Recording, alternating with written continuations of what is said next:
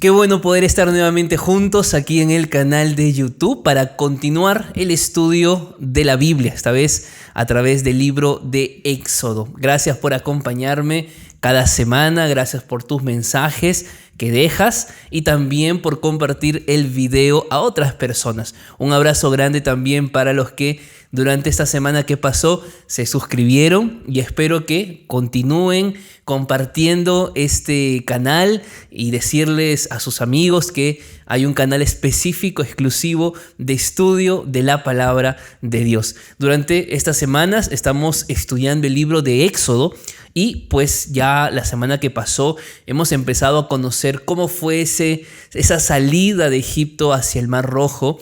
Pero aunque el pueblo podría haber llegado a Canaán lo más pronto, Dios tenía que enseñarles y ellos tenían que aprender muchas lecciones. Lecciones que no las iban a aprender llegando a Canaán, sino que lecciones que ellos tenían que aprender durante el camino en el desierto. Por eso, en esta semana vamos a estudiar los capítulos 16 al 18 y vamos a ver diferentes enseñanzas que Dios quiso transmitir al pueblo, pero no solamente enseñanzas para el tiempo de ellos, sino enseñanzas que también hoy en día se aplican a tu vida y a la mía. Así que hay un estudio maravilloso. Si aún no te has suscrito a este canal, hazlo en este momento. Es muy sencillo, es muy fácil. Dale clic allí en el botón de suscribirse en tu celular, en tu televisor, en tu computador y de esa manera vas a poder recibir un mensaje cada vez que haya un nuevo video en este canal. Y que por cierto, no solamente están los videos semana a semana del libro de Éxodo, sino también hay videos de algunos sermones que he podido predicar y se han grabado. Así que si tú también quieres otro contenido bíblico, lo vas a encontrar en mi perfil del canal de YouTube. Bueno, dicho todo esto, vamos a orar y vamos a pedir a Dios su dirección. Buen Dios y Padre, una vez más invocamos tu presencia en este lugar y en cada lugar donde tus hijos hoy están escuchando tu palabra. Este momento, Señor, se convierte en un momento sublime porque vamos a recibir tu palabra en nuestra vida y queremos que esa palabra pueda no solo llenar el vacío de nuestro corazón que hoy pueda existir, sino que pueda continuar alimentando nuestro conocimiento acerca de ti, nuestro único Dios verdadero. Bendice a todos mis amigos que están en diferentes partes del mundo, que hoy me ven, que hoy me escuchan. Tú puedas ser con ellos en todo momento y en toda situación. En el nombre de Jesús. Amén. Vamos al día domingo de la lección. Lleva por título Aguas Amargas. Y vamos a leer Éxodo capítulo 15, versículos 22 al 24. Dice la Biblia lo siguiente. Moisés hizo partir a Israel del Mar Rojo. Salieron al desierto de Shur y anduvieron 3 días por el desierto sin hallar agua. Llegaron a Mara, pero no pudieron beber las aguas de Mara porque eran amargas. Por eso le pusieron el nombre de Mara. El pueblo se puso a murmurar contra Moisés diciendo, ¿qué hemos de beber? Israel había salido de presenciar un milagro de Dios. Me refiero al mar que se abre para que ellos puedan cruzar. Definitivamente ese era un milagro. Ahora, probablemente lo que ellos pensaban es que a partir de ese momento, todo el camino iba también a ser lleno de milagros o por lo menos sin mayor preocupación que la que habían vivido previo a que el mar se abriera. Pero lo cierto es que cuando ellos cruzan el Mar Rojo, continúan su caminata y el texto menciona que eran 3 días por el desierto caminando y no encontraban agua. Yo creo que andar un día sin agua ya es un problema. O mejor dicho, que un día pase en nuestra vida cotidiana, en nuestra vida diaria, y no consumir agua ya es un problema. Ahora, piensa conmigo en lo siguiente. 3 días sin agua es un problema mayor, es peor. pero 3 días sin agua. Y en el desierto, la cosa es más complicada. El texto bíblico dice que eran 3 días que ellos caminaban y no encontraban agua. Pero llegó un punto, un momento, en que llegaron a un lugar llamado Mara. Bueno, Mara se le colocó el nombre después de este evento. Y cuando ellos llegaron a Mara, ellos vieron que había agua. Y cuando fueron a tomar el agua, dice el texto que no pudieron. ¿Por qué? Porque el agua era ¿qué? Amarga. Y aquí yo quiero parar para reflexionar en lo siguiente. Muchas veces pensamos que después de un milagro que hemos presenciado en nuestra vida, ya no va a haber mayor prueba, ya no va a haber mayor tribulación. Lo cierto es que Dios sí liberó a Israel de los egipcios, pero Dios no los liberó de las pruebas. De hecho, nosotros podemos ver que cuando el ser humano atraviesa pruebas es porque hay lecciones que Dios quiere enseñarnos que tal vez de otra forma no podríamos aprenderlas. Y claro está que cuando tú tienes expectativa de algo y de pronto tú te decepcionas de eso, duele mucho. Y estoy hablando para alguien que tal vez tuvo expectativa de su vida personal, de una relación marital, conyugal, de repente tuvo una expectativa con sus hijos o con el trabajo que tenía o con una persona a quien tú amabas o confiabas, pero de pronto hoy tú estás decepcionado, tú estás decepcionada. El pueblo se decepcionó porque jamás imaginó que el Dios que los había liberado de los egipcios, el Dios que había abierto el mar, ahora ese mismo Dios estaba permitiendo que ellos caminaran sin agua. Y aquí empieza el tema de las cosas que Dios permite y que no entendemos por qué. Lo cierto es que cuando tú te decepcionas en la vida, ya sea de una persona, te decepcionas de ti mismo o te decepcionas de Dios, esa decepción te lleva a la frustración. Te frustras, te echas la culpa de lo que estás pasando, te echas la culpa de lo ingenuo o ingenua que fuiste al creer que nadie iba a decepcionarte. Pero el problema mayor no es la decepción, el problema más grave no es la frustración.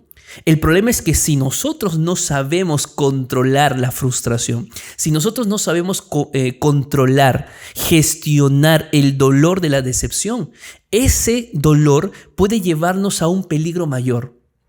E Israel no supo controlar esto, porque el texto bíblico dice que como no pudieron beber agua, se frustraron. Dice que esa frustración los llevó a murmurar contra Dios. Es decir, el problema de la sed dejó de ser un problema físico y se convirtió en un problema espiritual. Porque cuando tú pasas de una situación cotidiana que no entiendes, que no estás viendo los resultados como tú lo imaginaste tiempo atrás, eso deja de ser un problema puntual y empiezas tú a cuestionar si realmente Dios está contigo, si realmente valió la pena entregarse a Dios, si realmente Dios está escuchando tus oraciones o no. Y muchas veces eso nos lleva ¿a qué? A murmurar contra Dios. Y eso fue lo que pasó. Y esa murmuración, este término murmurar que tú estás encontrando aquí en la Biblia, es tan solo una parte de lo que el pueblo comenzó a experimentar a lo largo del camino en el desierto. Pero ¿por qué era necesario que Israel pasara esto? El versículo número 25 dice lo siguiente, que entonces Moisés clamó a Jehová, y Jehová le mostró un árbol, lo echó en las aguas, y las aguas se endulzaron. Entonces allí les dio sus estatutos, les dio las ordenanzas, y allí el Señor los probó. ¿Qué significa esto? Que esta experiencia era parte de una prueba que Dios quería hacer para el pueblo. Experiencias que a veces también nosotros necesitamos entenderlas. Por eso muchas veces antes de que Dios te lleve a una tierra prometida, Dios primero te hace pasar por el desierto. Porque en el desierto hay necesidad, porque en el desierto necesitas dependencia. Y muchas veces esa dependencia no se aprende si no es en una prueba, si no es en una dificultad o en una crisis, que no deja o quita de que Dios sea un Dios libertador, que sea un Dios misericordioso, pero que Dios haya hecho un milagro en tu vida, en el pasado, o días o semanas atrás, no quita de que Dios no te pruebe ahora. ¿Me dejo entender? Pero el texto pues no termina allí. De hecho, a partir de ese momento, Dios comienza a mostrarse como ese Dios sanador. Dios se muestra como aquel Dios que si ellos son fieles, si ellos obedecen y confían en Él, nada de lo que vivieron los egipcios les tocaría a ellos. Ahí estaba la promesa. Solo era cuestión de que ellos puedan no solo entender, creer y obedecer. Pero el versículo número 27 dice lo siguiente. Después llegaron a Elim, donde había 12 fuentes de agua y 70 palmeras, y acamparon allí junto a las aguas.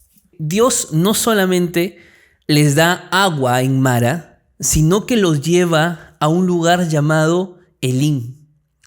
Y en Elim había fuentes de agua, había palmeras, dice el texto bíblico. Es decir, mientras que la murmuración revelaba el corazón del pueblo, la provisión que Dios da en Elim revela el corazón de Él, de nuestro Dios. Mientras que el ser humano estaba actuando desde su ira, desde su enojo, desde su incomodidad, Dios, aún con la incomodidad del pueblo, aún con la frustración injustificada del pueblo, Dios continuó proveyendo para ellos. Por eso, es posible que en tu vida hoy tú te encuentres en Mara, insatisfecho, decepcionada, frustrado por alguna situación. Puedes pensar que Dios lo está permitiendo. Puedes no encontrar respuesta para esto. Pero lo que el texto bíblico nos dice es que Dios no te deja en Mara. Dios tiene siempre un Elim para ti. Mejor dicho, Mara era una prueba de fe. Elim era la gracia de Dios. Vamos al día lunes de la lección. Lleva por título Codornices y maná. Para esto vamos a ubicarnos en el capítulo número 16. En el capítulo 16, queridos amigos, hay dos temas puntuales. El primero tiene que ver con el maná y el segundo tema con el día sábado. El pueblo llegó a cansarse de lo que siempre recibía o de lo que siempre comía. Tanto era esto que en el versículo número 2 y 3, el texto bíblico dice lo siguiente. En el desierto, toda la congregación de los hijos de Israel murmuró contra Moisés y Aarón. Los hijos de Israel les decían, ojalá hubiéramos muerto a manos de Jehová en la tierra de Egipto cuando nos sentábamos en las ollas de carne, cuando comíamos pan hasta saciarnos, pues nos habéis sacado a este desierto para matar de hambre a toda esta multitud. Nuevamente se repite el tema de la murmuración. De hecho, cuando nosotros vemos el versículo 2, el versículo número 7, versículo número 8 y el versículo 9 y 12, vemos que en estos 5 versículos aparece la palabra murmurar 7 veces. Es decir, la manera como el pueblo mostraba su rebeldía era murmurando contra Dios. Y aquí nos lleva esto a otro punto también importante. ¿Qué había en el pueblo que murmuraba cuando ya habían experimentado los milagros de Dios? Y esto podría llevarnos incluso a nosotros mismos hoy a preguntarnos esto. ¿Será que vivimos constantemente quejándonos de Dios? ¿Vivimos acaso murmurando contra Dios? Es interesante porque cuando uno analiza el texto bíblico, se da cuenta que las quejas del pueblo no surgen de experiencias reales. Es decir, cuando el pueblo llega al Mar Rojo, no es que no había salida, sino que aún no veían lo que Dios podía hacer. Cuando llegan al desierto y no tienen agua, no es que Dios no les iba a dar agua, sino que ellos pensaban que Dios los había llevado allá para matarlos. Y ahora lo que estamos viendo es que ellos se quejan no porque no había comida, sino porque no había la comida que en Egipto ellos tenían. Por eso ellos comienzan nuevamente a su mente llevarlas al pasado y pensar en las ollas de Egipto, en el pan de Egipto, lo que nos muestra por lo menos dos cosas. Primero, es que ellos se quejaban no por lo que estaban experimentando, sino por el miedo que tenían al futuro. La queja del pueblo revelaba un temor, el temor de que Dios los abandonara. Pero no es que Dios los había abandonado. Y el gran otro problema que había en Israel era la memoria selectiva. Es decir, ellos añoraban Egipto. ¿Qué añoraban de Egipto? Las ollas de carne. ¿Qué añoraban de Egipto? Comer hasta saciarse. Ahora yo pregunto, ¿en Egipto no eran maltratados? ¿En Egipto no eran esclavos? ¿En Egipto no eran golpeados? Eso se llama memoria selectiva. Recordar lo que simplemente ellos querían. ¿Y qué reflejaba eso? Inmadurez espiritual. Por eso era necesario que el pueblo atravesara este camino antes de que Dios los llevara por el camino directo que demoraban 15 días hasta llegar a Canaán. Era necesario toda esta experiencia de aprendizaje, de lecciones, porque el pueblo pues simplemente necesitaba recordar quién era el Dios a quien ellos estaban empezando a seguir. Y allí Dios escucha las murmuraciones del pueblo. Y Dios les dice, maná por la mañana, ese pan del cielo, así lo llamó Moisés. No vamos a entrar en mucho detalle acerca de esto. Y por la tarde, codornices. Es decir, por la mañana pan y por la tarde carne. Qué interesante, porque lo más natural al murmurar contra Dios sea simplemente Dios da la espalda a ese pueblo y como murmuran tanto, pues que el pueblo muere en el desierto, ¿no? Pero no, Dios es un Dios de gracia, es un Dios que tiene un objetivo para el ser humano cuando hace al ser humano pasar pruebas. ¿Cuál era el objetivo de la experiencia que estaba pasando el pueblo? ¿Qué era lo que Dios quería con toda esta experiencia? La respuesta está en el versículo número 12. Dice la Biblia lo siguiente: yo he oído las murmuraciones de los hijos de Israel. Háblales y diles, al caer la tarde comeréis carne, y por la mañana os saciaréis de pan. Así sabréis que yo soy Jehová, vuestro Dios. Por lo tanto, el objetivo de alimentarlos no era alimentarlos. El objetivo de alimentarlos era llevarlos a que el pueblo conozca a Dios. Por eso, las pruebas en la vida tienen como propósito eso. El propósito de una prueba no es la solución al problema que estés pasando, por más importante que sea. El objetivo mayor de una prueba de la vida es conocer a Jehová, nuestro Dios. Y allí Jehová empieza a trabajar pedagógicamente con el pueblo. Y les dice, el maná va a caer por la mañana, recojan, todos los días salgan a recoger. Recojan una porción para cada miembro de la familia. Salgan el domingo, salgan el lunes, salgan el martes, miércoles, jueves, pero el viernes, Jehová les dice, el viernes se recoge doble porción, para el viernes y para el sábado. Ahora, ¿qué pasaba si uno de los israelitas salía a recoger el domingo queriendo guardar un poco para el día lunes? ¿Qué iba a pasar? Esa comida se iba ¿qué? a malograr, iba a quedar inservible. Es decir, sí o sí el pueblo tenía que salir todos los días, con excepción del viernes. El viernes sí recogían doble porción. Y el sábado, esa porción que se recogía del viernes para comer el sábado, no se malograba. Y aquí alguien se preguntará, pastor, ¿y por qué de esa manera?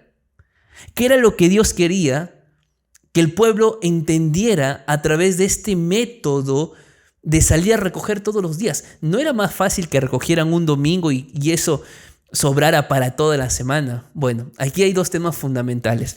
El primer tema fundamental es lo que dice el versículo número 23.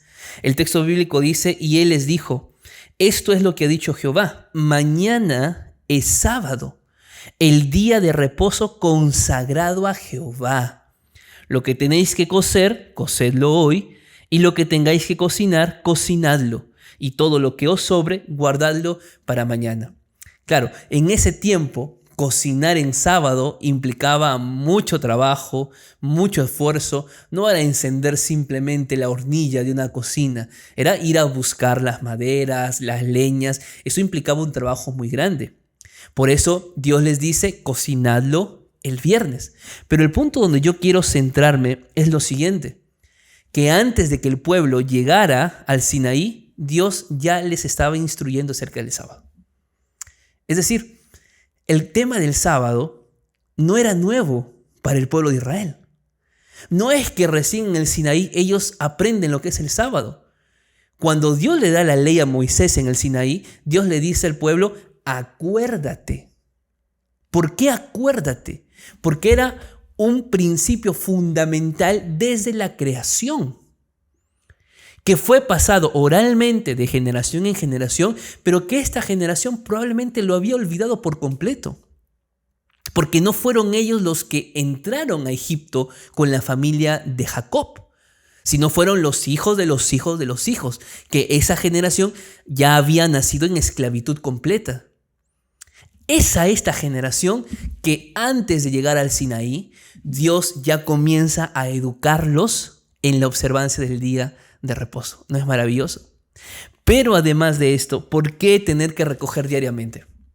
Por dos motivos. Número uno, porque esto implicaba dependencia de Dios. Y lo que Dios quería enseñarles al pueblo en el desierto era que ellos aprendan a depender, no una vez a la semana, no 2 veces por semana, sino depender todos los días de Dios, despertarse y depender de Dios, ir a dormir y al día siguiente volver a despertarse y depender de Dios. Eso era la enseñanza del maná. Pero además de esta enseñanza había una tercera enseñanza: fidelidad a Dios, obediencia. ¿Por qué? Porque más de uno quiso guardar para el día siguiente y se malogró la comida. Eso no es obediencia. Y Dios, y el texto bíblico dice que Moisés se molestaba, porque el pueblo era un pueblo desobediente. No era un pueblo que confiaba en Dios. Pero estas acciones diarias tenía que llevar al pueblo a obedecer a Dios, a confiar en Dios, a depender de Dios y sobre todo a encaminarlos a comprender el gran mandamiento del día de reposo. Vamos al día martes de la lección. El título es Agua de la Roca. Y vamos a continuar viendo esta peregrinación del pueblo de Israel en el desierto. Vale mencionar también de que hoy en día no se puede saber con exactitud los caminos que el pueblo de Israel tomó en el desierto. Primero, porque aquellos caminos que existieron hace más de 4,000 años atrás, pues ya no son los caminos de ahora. Sí es verdad que se están intentando identificar arqueológicamente esos puntos, pero no es tan fácil como uno cree. Pero por lo menos casi todas las Biblias, al final de la Biblia hay algunos mapas. Y en esos mapas tratan más o menos de ayudarnos a entender la trayectoria que tuvo el pueblo de Israel. ¿Qué ocurre aquí? Vamos a leer el versículo número 2. Dice la Biblia lo siguiente: y disputó el pueblo con Moisés, diciéndole: danos agua para que bebamos. ¿Por qué disputáis conmigo? ¿Por qué tentáis a Jehová?, les respondió Moisés. La palabra hebrea para disputar es rib. Y rib es una palabra que antiguamente se utilizaba para poder ver procedimientos legales. O mejor dicho, era una palabra que se usaba para realizar una acusación formal o informal y traerla a juicio. Por lo tanto, cuando el texto bíblico dice que el pueblo disputó contra Moisés, en realidad estaban poniendo a Moisés a juicio. ¿Tú te imaginas esa escena? Un Moisés que había sido paciente con ellos, que había sido valiente con ellos, un Moisés que había sido un libertador para ellos y ahora un guía en el desierto para ellos, puesto a juicio para ver si realmente debía continuar liderando al pueblo de Dios. ¿Y quién pone este juicio? El mismo pueblo. El pueblo coloca a juicio a Moisés. Pero acá hay dos problemas mayores. Y el primer problema es lo que dice el versículo 4. El versículo 4 dice que entonces clamó Moisés a Jehová y le dijo: ¿qué haré con este pueblo? Poco falta para que me apedreen. Es decir, la respuesta de Moisés afirma que estaba en un juicio. Afirma de que el pueblo tenía que dar una sentencia sobre Moisés. Puede que claramente no hay una acusación formal como hoy en día existe. Están en el desierto, era imposible formalizar una denuncia como tal. Pero lo que estamos viendo es la triste historia de un pueblo liberado pensando que tenía tanto poder como para poner en juicio al propio libertador. Lo más grave de esto, hermanos, amigos queridos, es lo siguiente, porque el versículo número 2 que hemos leído anteriormente dice que Moisés les dice: ¿por qué disputan conmigo? O mejor dicho, ¿por qué me ponen a juicio a mí? Y él continúa diciendo: ¿por qué tentáis a Jehová? Cuando debería ser Dios quien juzgue, cuando debería ser Dios quien pruebe. ¿Sabes por qué Israel hizo esto? Contra Dios o contra Moisés. Yo lo resumo de la siguiente manera: arrogancia. Pensaban que era un deber de Moisés, que era un deber de Dios. No era un deber de nada. La liberación fue por gracia de Dios, el camino tenía que ser por gracia, pero el pueblo pensaba que se convertía en un pueblo merecedor de todo. El texto bíblico menciona: pasa delante del pueblo, toma contigo a algunos ancianos de Israel y luego de eso, en tu mano toma la vara con que golpeaste el río y anda. Yo estaré ante ti sobre la peña en Horeb. Golpearás la peña y saldrán de ella aguas para que beba el pueblo. Y Moisés lo hizo así, en presencia de los ancianos de Israel. A mí me llama mucho la atención aquí dos cosas. Primero, que Jehová le dice: allí estaré yo sobre la peña. Es decir, Jehová estaría presente en la roca. Punto número 1. Y punto número 2, el milagro ocurrió cuando Moisés golpeó esta roca. Aquí yo quiero llamar la atención a lo siguiente, porque tal vez no imaginamos cómo fue hecho este milagro. Tal vez podemos pensar que Moisés golpeó una roca, una peña, y comenzó a brotar un poco de agua y el pueblo iba tomando uno por uno. Pero cuando leemos, por ejemplo, el capítulo 105, versículo 41 de Salmos, dice lo siguiente: abrió la peña y fluyeron aguas, corrieron por los sequedales como un río. Por eso cuando Dios bendice en abundancia. Cuando Dios da en abundancia. Pero aquí hay un punto que no podemos pasar por alto, porque yo he mencionado por la palabra que leí que Moisés les dice no prueben a Dios. Y alguien dirá, pero pastor, yo leo en Malaquías que Dios dice probadme ahora. Entonces, ¿cómo es? ¿Pruebo a Dios o no pruebo a Dios? Entonces, la respuesta no está en la acción. La respuesta está en la actitud que tú tienes para probar a Dios. Tú pruebas a Dios en tu obediencia, en tu fidelidad, o tú estás probando a Dios en tu arrogancia, en tu orgullo. Porque la actitud define cuál es tu motivación de probar a Dios. El problema no es si lo probamos o no. El problema es con qué actitud lo estamos haciendo. Lo cierto es que Dios hizo un milagro. Y lo más grave de todo esto fue que aquel lugar se le llamó Masah y Meribá. Básicamente por la experiencia y porque tentaron a Jehová al decir, ¿está pues Jehová entre nosotros, sí o no? Imagínate, a ese punto llegaron. Preguntarse si Jehová estaba presente, sí o no. Pero acá hay una analogía mayor, una analogía mucho más grande que tiene que ver con la roca. Que en la Biblia, la roca es Cristo. Así lo describe, por ejemplo, 1 Corintios 10, versículo 1 al 4. La roca es Cristo. Y cuando la roca fue golpeada por Moisés y brotó agua, yo te pregunto, ¿podríamos pensar que aquella roca golpeada que brota agua tiene alguna relación con Cristo? Bueno, lo veremos más adelante. Lo cierto es que muchas veces tú y yo en nuestra vida diaria estamos poniendo a prueba a Dios sin darnos cuenta, con una actitud equivocada.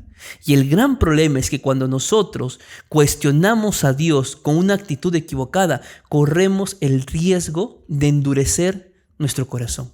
Entonces, un corazón duro no empieza de la noche a la mañana. Un corazón duro empieza cuando tú comienzas a dudar de lo que Dios está haciendo en tu vida. Ten mucho cuidado. Confía en Dios. Él nunca te va a fallar.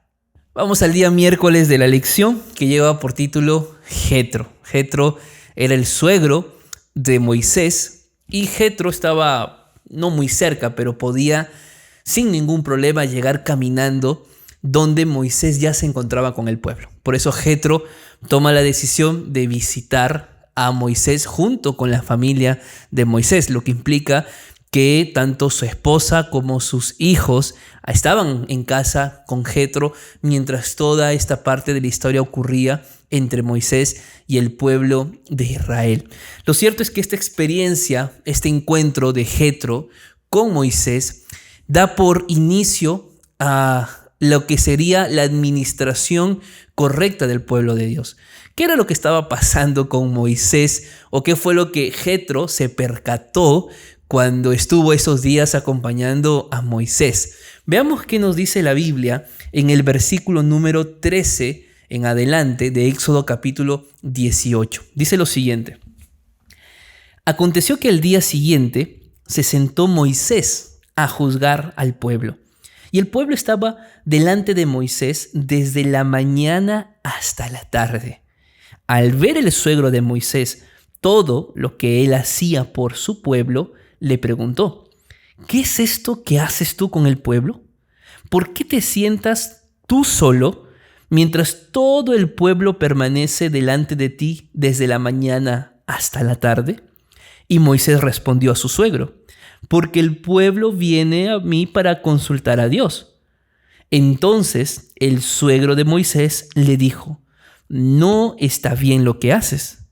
Desfallecerás del todo tú y también este pueblo que está contigo, porque el trabajo es demasiado pesado para ti y no podrás hacerlo tú solo. Aquel líder llamado Moisés también necesitaba aprender a liderar. Aquel hombre que Dios había usado para liberar al pueblo de la esclavitud, un hombre sin lugar a dudas de experiencia y temeroso de Dios, no dejaba de ser humano y por ende tenía aún un espacio para seguir creciendo. Y esto es muy importante, porque Jetro es usado por Dios para darle un consejo a Moisés. El consejo venía porque Moisés no solamente era libertador, sino que en aquel tiempo el libertador o el rey al mismo tiempo era considerado el juez. Por lo tanto, Moisés no solamente lideraba, sino que también Moisés tenía que juzgar. Entonces, todo el día, todos los días, Moisés pasaba horas y horas escuchando a la gente, tratando de resolver los conflictos de la gente, tratando de enseñar los preceptos de la ley, los estatutos de Dios. Y aunque no era una mala idea, aunque no había una mala motivación, la conclusión a la que llega Jetro es: si tú haces esto todos los días, primero, no está bien. Y segundo, tú y el pueblo van a desfallecer. ¿Por qué? Por lo siguiente, y aquí vienen algunas lecciones que podemos nosotros extraer. Y la primera es que existe un peligro de cargar las cosas solo en la vida. Hablo para ti que eres líder de iglesia, que eres un pastor, que eres un anciano, que lideras la iglesia. Tal vez hablo para alguien que es director de un departamento de la iglesia, o alguien que tal vez no está ligado directamente a un departamento de la iglesia, pero tiene un hogar que liderar, que tiene un trabajo que sacar adelante. Lo cierto es que si tú pretendes hacer todo solo, difícilmente vas a llegar muy lejos. O si llegas muy lejos, llegas solo. No llegas con aquellos que podrían haber estado contigo hasta el final. Y básicamente porque puede haber muchas ganas de hacer el trabajo para Dios, por ejemplo. Puede haber un corazón sincero de poder entregarse completamente al Señor.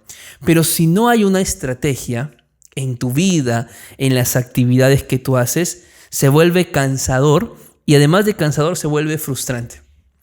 Yo sé que muchas veces decimos: no, es que si lo hace otra persona no lo va a hacer como yo. Bueno, si es que esa persona lo trabaja diferente, yo no voy a sentirme contento o bien con eso. Es posible.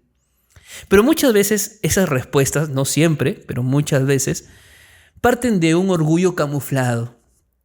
Un orgullo que queremos tratar de mostrar, pero que cuando avanzamos solos es porque pensamos de que nadie lo puede hacer como nosotros. Y es posible que en la práctica nadie lo haga como tú. Pero eso limita el que tú te conviertas en un modelo, un motivador, para que otros también puedan crecer y los dones que tienen, los talentos que tienen, crecer. ¿Para qué? Para la gloria de Dios.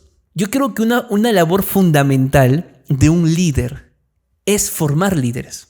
Y ese formar otros líderes implica abrir el espacio, la confianza, para que puedas ver cómo esas otras personas van desarrollando sus dones, sus talentos día a día. O sea, no esperes que si tú no le das oportunidad a alguien, vaya a ser un experto en algún área de la iglesia. ¿Cómo lo va a hacer si no tiene oportunidad? Y si le das la oportunidad, pues no esperes que sea un experto en una semana, en un mes, en 6 meses, en un año. Pero es parte del proceso de liderazgo. Abrir el espacio para que otros empiecen, vamos a usar esta palabra, a brillar. Que no haya una estrella que brille, sino sean muchas estrellas que brillen y resplandezcan el nombre de Dios en esta tierra. Ahora, yo pregunto, ¿no te has enfermado alguna vez por tanto trabajo? ¿No te has enfermado alguna vez por vivir tensionado, estresado, preocupado? Y yo pregunto, ¿tú crees que Dios quiere que nosotros descuidemos nuestra salud? Física, emocional, espiritual. No, Dios no quiere eso. Por lo tanto, aprendamos a delegar. Vamos al día jueves de la lección. Lleva por título El pan y agua de vida. La pregunta es, ¿por qué Moisés decide escribir esta parte de la historia? Segunda pregunta, ¿por qué Dios permitió que Israel viviera toda esta parte de peregrinación en el desierto? Y la respuesta está en 1 Corintios 10, versículo número 11. La Biblia dice lo siguiente: todas estas cosas les acontecieron como ejemplo y están escritas para amonestarnos a nosotros que vivimos en estos tiempos finales. Las pruebas que afrontó el pueblo de Dios tenían un doble propósito. Primero, que ellos conocieran y aprendieran pedagógicamente quién es Dios, a qué Dios estaban siguiendo, qué Dios los estaba guiando y en qué Dios ellos podían confiar.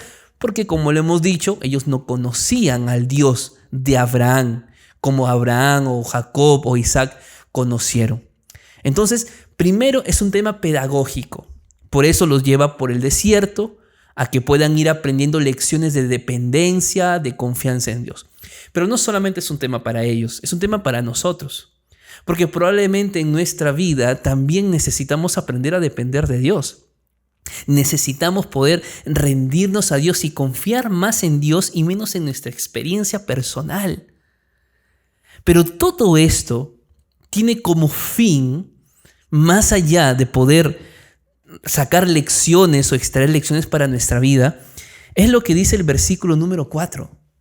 Porque el texto bíblico dice: y todos comieron el mismo alimento espiritual y todos bebieron la misma bebida espiritual, porque bebían de la roca espiritual que los seguía, y esa roca ¿era quién?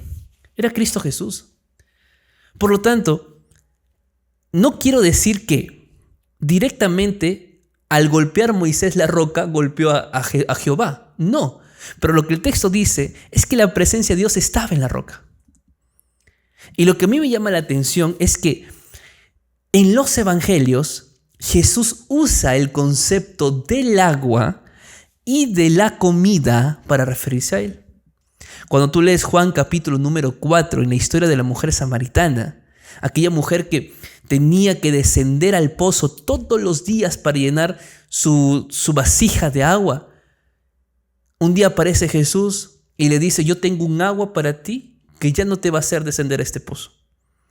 Y la mujer, sabiendo la necesidad que tenía, preguntó dónde estaba esa agua. Y Jesús le dice: yo soy el agua de vida. El que viene a mí no tendrá sed jamás. ¿Qué significa eso? Que la mujer estaba buscando agua que se acababa. Por lo tanto, era un agua que no terminaba de llenar el vacío interior de su corazón. Igualmente, hoy en día mucha gente busca satisfacer su vida en cosas materiales, en cosas triviales, pero que al llegar la noche, al encerrarse en casa, al mirar nuevamente sus 4 paredes y techos de su habitación, llega a la conclusión de que los problemas no pasaron, que todo continúa igual. ¿Por qué? Porque el único que puede realmente llenar un vacío del corazón, satisfacer plenamente nuestra vida, es Cristo Jesús. Pero cuando vemos el capítulo número 6 de Juan, vemos que aparece allí otra historia donde Jesús alimenta a más de 5,000 personas, porque 5,000 eran hombres, mejor dicho, eran los hombres, sin contar mujeres ni niños. Aproximadamente aquel día Jesús tenía unas 15,000 personas alimentando. Y cuando la gente se va a su casa, después de haber sido alimentadas, Jesús se fue a otro lugar. Y la gente siguió a Jesús. Y le preguntaron a Jesús: Jesús, ¿dónde estuviste? Pero no le preguntaron dónde estuviste para escuchar la palabra. Le preguntaron dónde estuviste para que les den ¿qué? Más comida. Es decir, la gente seguía a Jesús de manera equivocada, por motivaciones o por razones equivocadas. Por eso Juan capítulo 6, versículo número 26 y 27 dice lo siguiente: respondiendo Jesús les dijo: de cierto os digo, que me buscáis, no porque habéis visto las señales, sino porque comisteis el pan y os saciasteis. Trabajad, no por la comida que perece, sino por la comida que permanece para vida eterna, la cual os dará el Hijo del Hombre, porque a éste señaló Dios el Padre. Busca a Dios no por lo que te da, busca a Dios por quién es Él.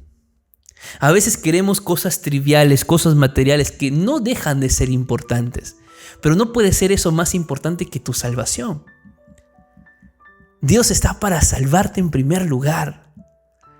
Y si las pruebas te van a conducir a ello, pues que las pruebas permanezcan en tu vida.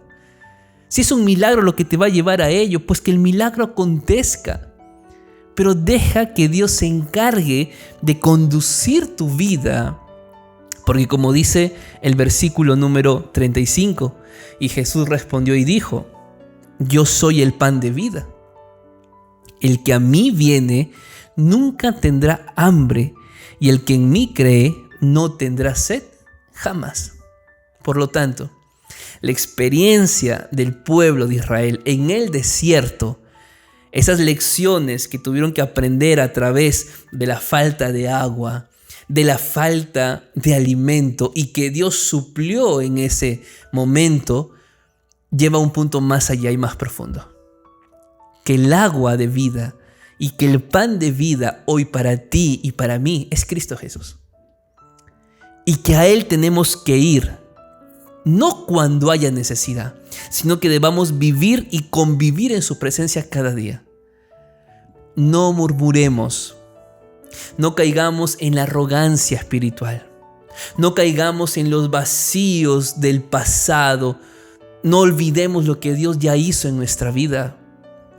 Si Dios te ha sacado de un Egipto de tu vida, deja que Él pedagógicamente te enseñe en el desierto de la vida. Ahora es tiempo de aprender a depender. Ahora es tiempo de aprender a ser obediente. Ahora es tiempo de poder ser fiel a Dios. Él sabe cómo guiarnos, hacia dónde guiarnos, y sobre todo, Él nos da la garantía que no siempre andaremos en un desierto, que un día estaremos juntos en una Canaán, viviendo con Él por la eternidad. Espero que esta semana sea de gran bendición para tu vida, que cada lección que hemos desarrollado en esta semana pueda ayudar en la experiencia que has tenido con tu estudio personal, y puedas tú invitar a que más personas vean estos videos. Seguramente hay enseñanzas también para ellos que pueden aprender. Te envío un fuerte abrazo. Que Dios te bendiga y nos vemos la siguiente semana. Chao, chao.